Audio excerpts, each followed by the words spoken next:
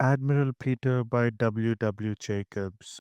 Mr. George Burton, naval pensioner, sat at the door of his lodging, gazing in placid content at the sea. It was early summer, and the air was heavy with the scent of flowers. Mr. Burton's pipe was cold and empty, and his pouch upstairs. He shook his head gently as he realized this, and yielding to the drowsy quiet of his surroundings, laid aside the useless pipe and fell into a doze. He was awakened half an hour later by the sound of footsteps. A tall, strongly built man was approaching from the direction of the town, and Mr. Burton, as he gazed at him sleepily, began to wonder where he had seen him before. Even when the stranger stopped and stood smiling down at him, his memory proved unequal to the occasion, and he sat staring at the handsome shaven face with its little fringe of grey whisker waiting for enlightenment. George, my buck, said the stranger, giving him a hearty slap on the shoulder. How goes it? Bless my eyes, I mean, said Mr. Burton, correcting himself. If it ain't Joe Styles. I didn't know you without your beard. That's me, said the other. It's quite by accident that I heard where you were living, George. I offered to go and sling my hammock with old Dingle for a week or two, and he told me, nice quiet little place, Seacombe. Ah, you were lucky to get your pension, George. I deserved it, said Mr. Burton sharply, as he fancied he detected something ambiguous in his friend's remark. Of course you did, said Mr. Styles. So did I. But I didn't get it. Well, it's a poor heart that never rejoices. What about the drink you were speaking of, George? I hardly ever touch anything now, replied his friend. I was thinking about myself, said Mr. Styles. I can't bear the stuff, but the doctor says I must have it. You know what doctors are, George. Mr. Burton did not deign to reply, but led the way indoors. Very comfortable quarters, George, remarked Mr. Styles, gazing round the room approvingly. Ship-shape and tidy. I'm glad I met old Dingle. Why, I might never have seen you again, and us such pals too. His host grunted and from the back of a small cupboard produced a bottle of whiskey and a glass and set them on the table. After a momentary hesitation, he found another glass. Our noble selves, said Mr. Styles with a tinge of reproach in his tones, and may we never forget old friendship. Mr. Burton drank the toast. I hardly know what it's like now, Joe, he said slowly. You wouldn't believe how soon you can lose the taste for it. Mr. Stiles said he would take his word for it. You have got some nice little public houses about here, too, he remarked. There's one I passed called the Cock and Flower Pot. Nice, cozy little place it would be to spend the evening in. I never go there, said Mr. Burton hastily. I A friend of mine here doesn't approve of public houses. What's the matter with him? Inquired his friend anxiously. It's a her, said Mr. Burton in some confusion. Mr. Stiles threw himself back in his chair and eyed him with amazement. Then, recovering his presence of mind, he reached out his hand for the bottle. We'll drink her health, he said in a deep voice. What's her name? Mrs. Dutton was the reply. Mr. Stiles, with one hand on his heart, toasted her feelingly. Then, filling up again, he drank to the happy couple. She's very strict about drink, said Mr. Burton, eyeing these proceedings with some severity. Any dips? Inquired Mr. Stiles, slapping a pocket which failed to ring in response. She's comfortable, replied the other awkwardly. She got a little stationer's shop in the town, steady old fashioned business. She's chapel and very strict. Just what you want, remarked Mr. Stiles, placing his glass on the table. What do you say to a stroll? Mr. Burton assented, and having replaced the black bottle in the cupboard, led the way along the cliffs toward the town some half-mile distant, Mr. Styles beguiling the way by narrating his adventures since they had last met. A certain swagger and richness of deportment were explained by his statement that he had been on the stage. Only walking on, he said with a shake of his head. The only speaking part I ever had was cough. You ought to have heard that cough, George. Mr. Burton politely voiced his regrets and watched him anxiously. Mr. Styles, shaking his head over a somewhat unsuccessful career, was making a beeline for the cock and flower pot. Just for a small soda, he explained, and once inside, changed his mind and had whiskey instead. Mr. Burton, sacrificing principle to friendship, had won with him. The bar more than fulfilled Mr. Styles' ideas as to his coziness, and within the space of 10 minutes, he was on excellent terms with the regular clients. Into the little old world bar, with its loud ticking clock, its Windsor chairs, and its cracked jug full of roses, he brought a breath of the bustle of the great city and tales of the great cities beyond the seas. Refreshment was forced upon him, and Mr. Burton, pleased at his friend's success, shared mildly in his reception. It was 9 o'clock before they departed, and then they only left to please the landlord. Nice lot of chaps, said Mr. Styles as he stumbled out into the sweet, cool air. Catch hold of my arm, George. Brace me up a bit. Mr. Burton complied, and his friend, reassured as to his footing, burst into song. In his stentorian voice, he sang the latest song from comic opera, and then, with an adjuration to Mr. Burton to see what he was about, and not to let him trip, he began in a lumbering fashion to dance. Mr. Burton, still propping him up, trod a measure with fewer steps and cast uneasy glances up the lonely road. On their left, the sea broke quietly onto the beach below. On their right were one or two scattered cottages, at the doors of which an occasional figure appeared to gaze in mute astonishment at the proceedings. Dance, George, said Mr. Styles, who found his friend rather an encumbrance. Shh, stop, cried the frantic Mr. Burton as he caught sight of a woman's figure bidding farewell in a lighted doorway. Mr. Styles replied with a stentorian roar, and Mr. Burton, clinging despairingly to his jigging friend, lest a worse thing should happen, cast an imploring glance at Mrs. Dutton as they danced by.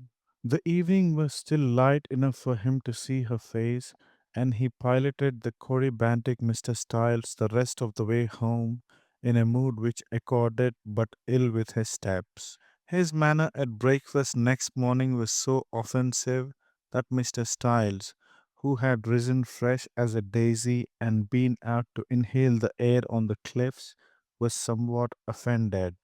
You go down and see her, he said anxiously. Don't lose a moment, and explain to her that it was the sea air acting on an old sunstroke. She ain't a fool, said Mr. Burton gloomily.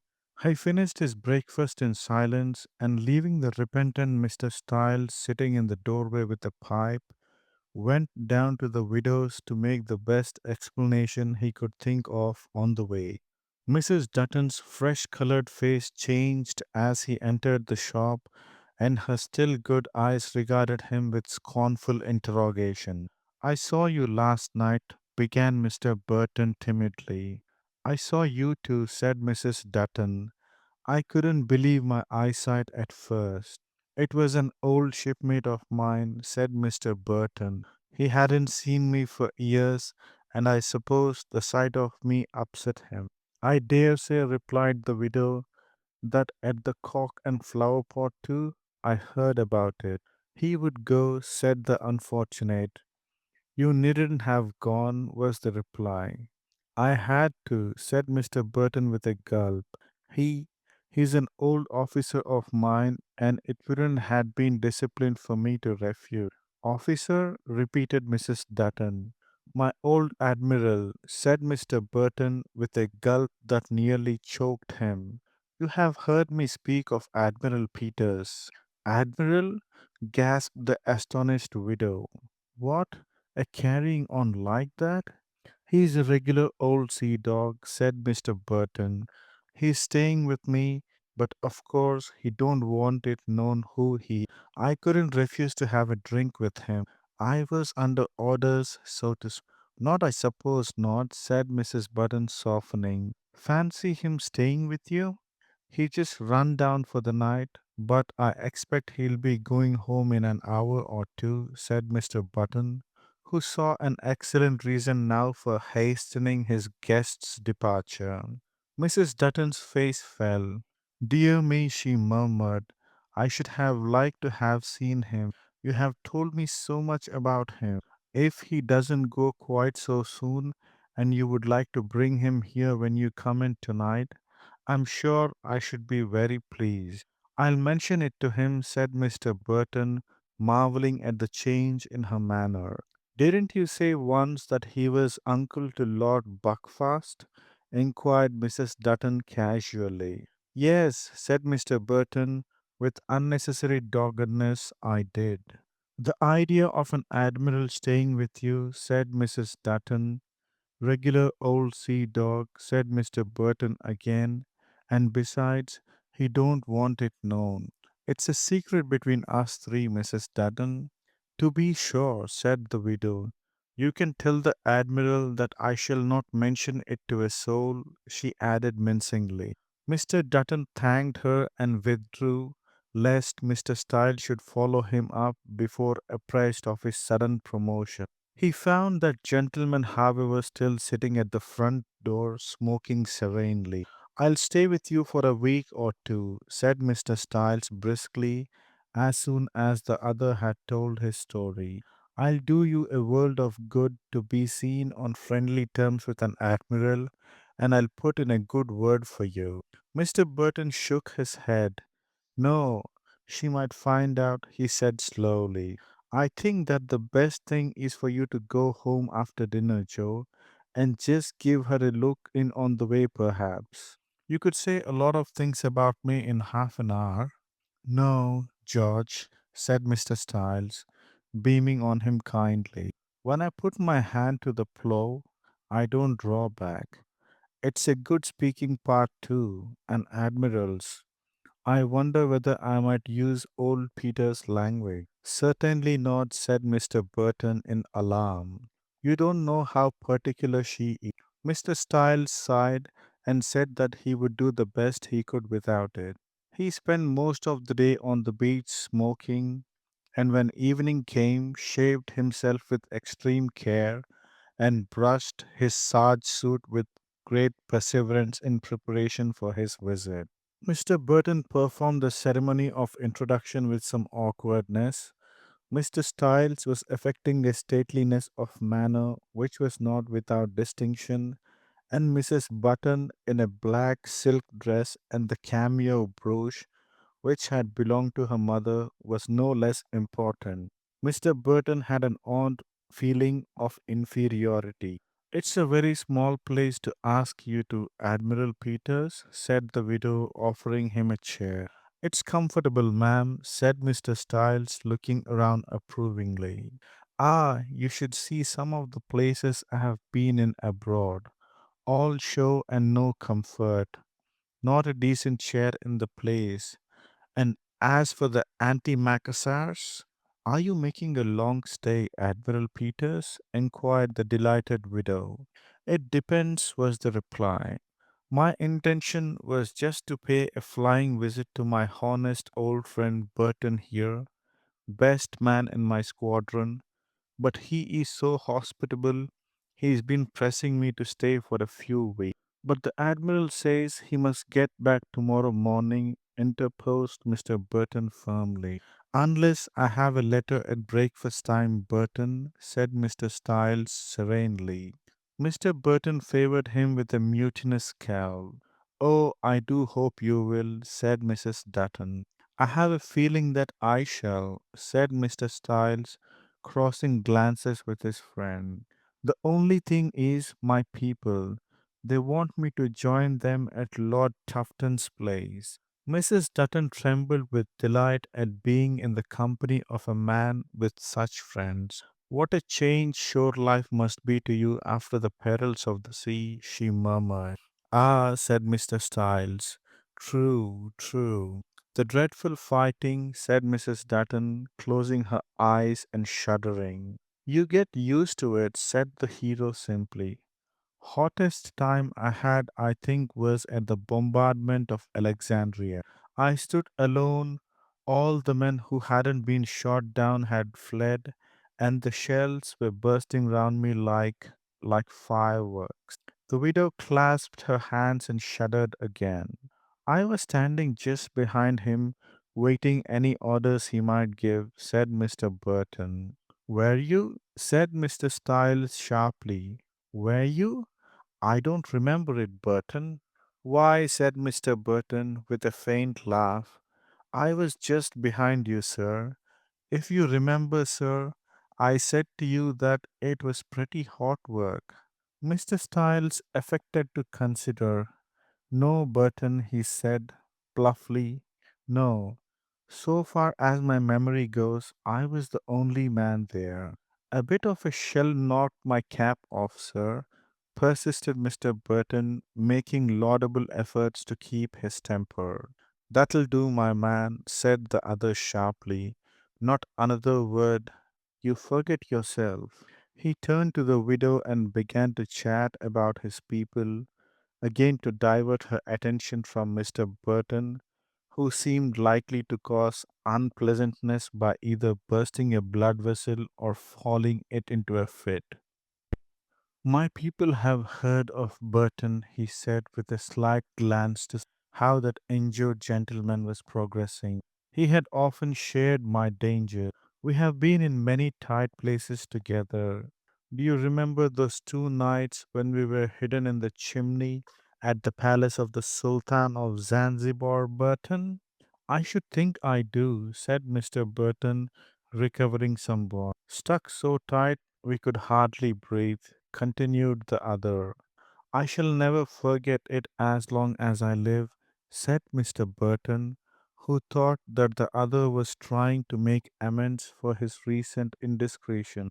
"Oh, do tell me about it, Admiral Peters," cried Mrs. Dutton. "Surely Burton has told you that," said Mr. Styles. "Never breathed a word of it," said the widow, gazing somewhat reproachfully at the discomfited Mr. Burton. "Well, tell it now, Burton," said Mr. Styles. "You tell it better than I do, sir," said the other. "No, no," said Mr. Styles, whose powers of invention were not always to be relied upon. "You tell it. It's your story." The widow looked from one to the other. "It's your story, sir," said Mr. Burton. "No, I won't tell it," said Mr. Styles. "It wouldn't be fair to you, Burton. I'd forgotten that when I spoke. Of course, you were young at the time. Still, I done nothing that I'm ashamed of, sir," said Mr. Burton, trembling with passion. "I think it's very hard if I'm not to hear it," said Mrs. Dutton with her most fascinating air. Mr. Styles gave her a significant glance and, screwing up his lips, nodded in the direction of Mr. Burton. "At any rate, you were in the chimney with me, sir," said that unfortunate. "Ah," said the other severely, "but what was I there for, my man?" Mr. Burton could not tell him. He could only stare at him in a frenzy of passion and dismay. "What were you there for, Admiral Peters?" inquired Mrs. Dutton. "I was there, ma'am," said the unspeakable Mr. Styles, slowly. "I was there to save the life of Burton. I never deserted my men, never. Whatever scrapes they get into, I always did my best to get them out. News was brought to me that Burton was suffocating in the chimney of the Sultan's favorite wife, and I, Sultan's favorite wife? Gasped Mrs. Dutton, staring hard at Mr. Burton, who had collapsed in his chair and was regarding the ingenious Mr. Styles with open mouthed stupefaction. Good gracious, I never heard of such a thing. I'm surprised. So am I, said Mr. Burton thickly. I. How did you escape, Admiral Peters? Inquired the widow, turning from the flighty Burton in indignation. Mr. Styles shook his head. To tell you that would be to bring the French consul into it, he said gently. I thought not to have mentioned the subject at all. Burton had the good sense not to. The widow murmured acquiescence and stole a look at the prosaic figure of the latter gentleman, which was full of scornful curiosity. With some diffidence, she invited the Admiral to stay to supper and was obviously delighted when he accepted. In the character of Admiral, Mr. Styles enjoyed himself amazingly, his one regret being that no discriminating theatrical manager was present to witness his performance. His dignity increased as the evening wore on, and from good natured patronage of the unfortunate Burton, he progressed gradually until he was shouting at him. Once, when he had occasion to ask Mr. Burton if he intended to contradict him, his appearance was so terrible that his hostess turned pale and trembled with excitement. Mr. Burton adopted the air for his own use as soon as they were clear of Mrs. Dutton's doorstep, and in good round terms demanded of Mr. Styles what he meant by it. Was a difficult part to play, George, responded his friend. We ought to have rehearsed it a bit. I did the best I could. Best you could? Stormed Mr. Burton, telling lies and ordering me about? I had to play the part without any preparation, George, said the other firmly. You got yourself into the difficulty by saying that I was the admiral in the first place. I'll do better next time we go. Mr. Burton, with a nasty scowl, said that there was not going to be any next time, but Mr. Styles smiled as one having superior information. Deaf first to hints and then to requests to seek his pleasure elsewhere, he stayed on. And Mr. Burton was soon brought to realize the difficulties which beset the path of the untruthful. The very next visit introduced a fresh complication, it being evident to the most indifferent spectator that Mr. Styles and the widow were getting on very friendly terms. Glances of unmistakable tenderness passed between them, and on the occasion of the third visit, Mr. Burton sat on amazed and scandalized spectator of a flirtation of the most pronounced description. A despairing attempt on his part to lead the conversation into safer and, to his mind, more becoming channels only increased his discomfiture. Neither of them took any notice of it, and a minute later, Mr. Styles called the widow a saucy little baggage and said that she reminded him of the Duchess of Marford. I used to think she was the most charming woman in England, he said meaningly. Mrs. Dutton simpered and looked down. Mr. Styles moved his chair a little closer to her and then glanced thoughtfully at his friend. Burton, he said. Sir, snapped the other. Run back and fetch my pipe for me, said Mr. Styles. I left it on the mantelpiece. Mr. Burton hesitated, and the widow, happening to look away, shook his fist at his superior officer. Look sharp, said Mr. Styles in a peremptory voice. I'm very sorry, sir, said Mr. Burton, whose wits were being sharpened by misfortune, but I broke it. Broke it? Repeated the other. Yes, sir, said Mr. Burton. I knocked it on the floor and trod on it by accident, smashed it into powder. Mr. Styles rated him roundly for his carelessness and asked him whether he knew that it was a present from the Italian ambassador. Burton was always a clumsy man, he said, turning to the widow. He had the name for it when he was on the destruction with me. Bungling Burton, they called him. He divided the rest of the evening between flirting and recounting various anecdotes of Mr. Burton, none of which were at all flattering either to his intelligence or to his sobriety, and the victim, after one or two futile attempts at contradiction, sat in helpless wrath as he saw the infatuation of the widow. They were barely clear of the house before his pent up emotions fell in an avalanche of words on the faithless Mr. Styles. I can't help being good looking, said the latter with a smirk. Your good looks wouldn't hurt anybody, said Mr. Burton in a grating voice. It's the Admiral business that fetches her. It's turned her head. Mr. Stiles smiled. She'll say snap to my snip any time, he remarked. And remember, George, there'll always be a knife and fork laid for you when you like to come. I dissay, retorted Mr. Burton with a dreadful sneer. Only as it happens, I'm going to tell her the truth about you first thing tomorrow morning. If I can't have her, you shall not. That'll spoil your chance too, said Mr. Stiles. She'd never forgive you for fooling her like that. It seems a pity neither of us should get her. You are a serpent, exclaimed Mr. Burton savagely. A serpent that I have warmed in my bosom, and there's no call to be indelicate, George, said Mr. Stiles, reprovingly as he paused at the door of the house. Let's sit down and talk it over quietly. Mr. Burton followed him into the room and taking a chair waited. It's evident she's struck with me, said Mr. Stiles slowly.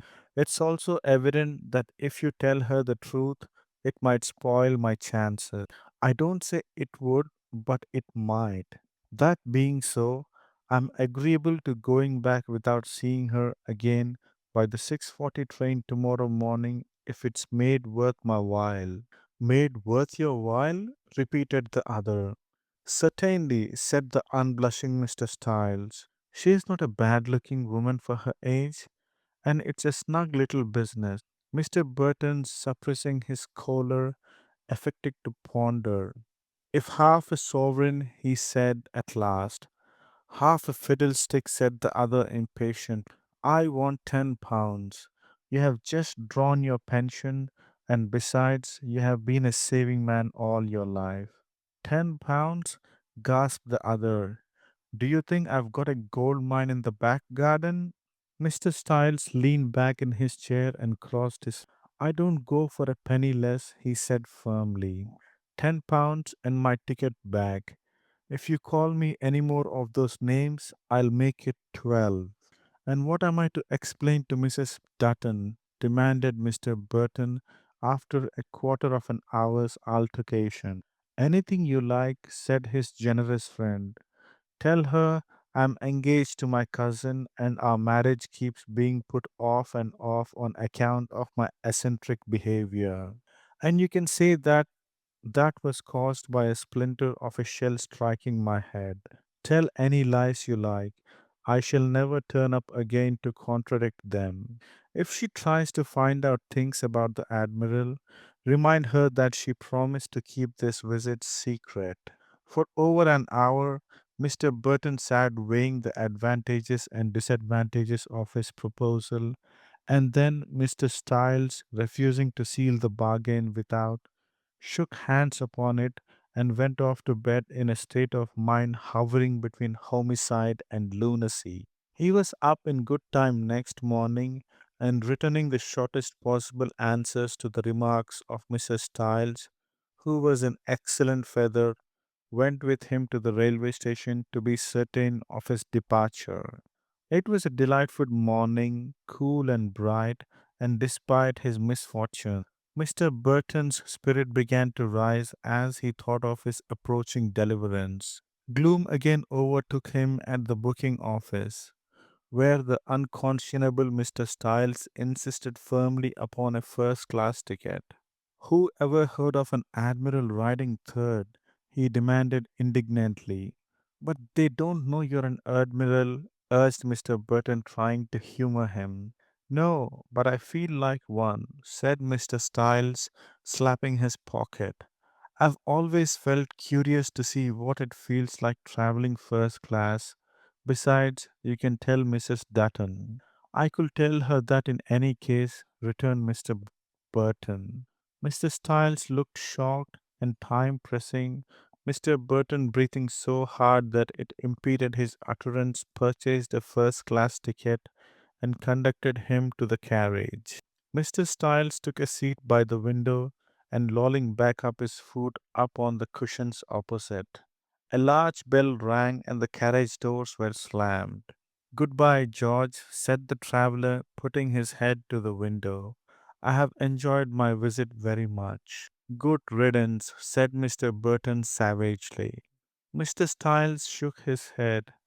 I'm letting you off easy, he said slowly. If it hadn't been for one little thing, I'd have had the widow myself. What little thing? Demanded the other as the train began to glide slowly. My wife, said Mr. Styles, as a huge smile spread slowly over his face. Goodbye, George, and don't forget to give my love when you go round.